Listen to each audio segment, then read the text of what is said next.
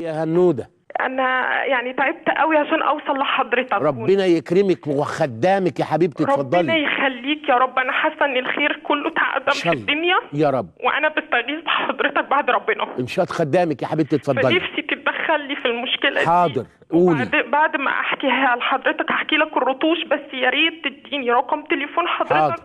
عشان تتدخل لي بالصلح. قول يا بابا.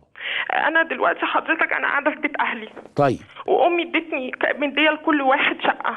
ايوه. وبعدين فهي جوزتني في الشقه ديت، وبعد على ان يعني امال لما جوزي يصلح حاله وبعد كده يمشي.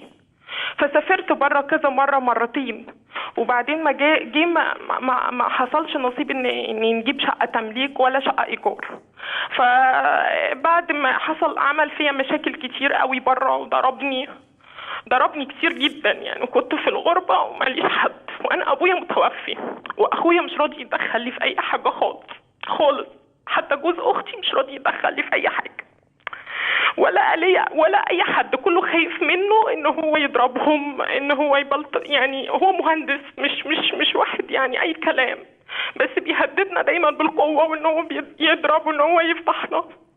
فتحنا كذا مره في البيت، قال لنا. فماما بتقول له يعني ان هو يشوف لي شقه، مش راضي يجيب لي شقه خالص، مش راضي يجيب لي شقه نهائي، وبيهددني بالطلاق.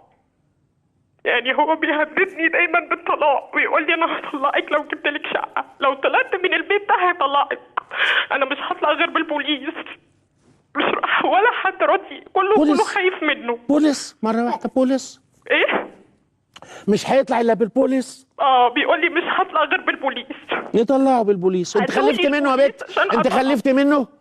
انا مخلفه 2 بنت وولد. يبقى يطلع بالبوليس ازاي بقى؟ ده بقى ابو عيالنا بقى، ده احنا نحطه على دماغ ابونا من فوق عشان العيال هتقول له يا بابا يا حلوه. كل اللي انا طالباه ان هو يجيب لي شقه، هيجيب لك واعيش مستوره. هيجيب لك يقول لي اخرج بنتك من المدرسه. هيعمل كل حاجه بقى، هو براحته بقى، ما هو بقى اب دلوقتي ويقدر يعمل فينا حاجه. بس يرضيك ان هو يسيب؟ لا مش يرضيني، لا مش يرضيني. انا هقول لك على حاجه. خدي التليفون الكنترول هيديهولك يا حبيبتي خدامك. وانا ممكن لو الباشمهندس، انا عمري ما اكلم حد عشان كلكم تبقوا عارفين، لان فيه ملايين بتتصل بيا يقولوا لي كلم فلان. اكلم يعني ايه؟ اقول له يا باشمهندس انا دكتور مبروك عطيه. يقول لي انت مالك يا ابن 66؟ لا ايش عرفك؟ لا هو اللي يتصل بيا لو بيحبني. لو بيحبني هو اللي هيتصل بيا.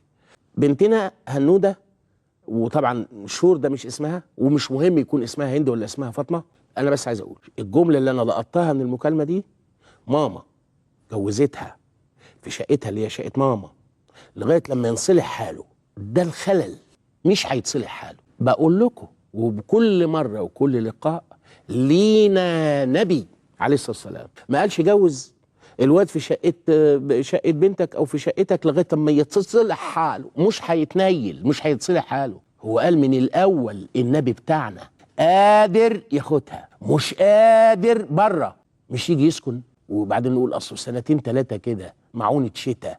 لا هو برطع وقال مش طالع الا بالبوليه، وقال لها كمان ومطلقها طلاق معلق اهو، لو خرجت من هنا هطلقك.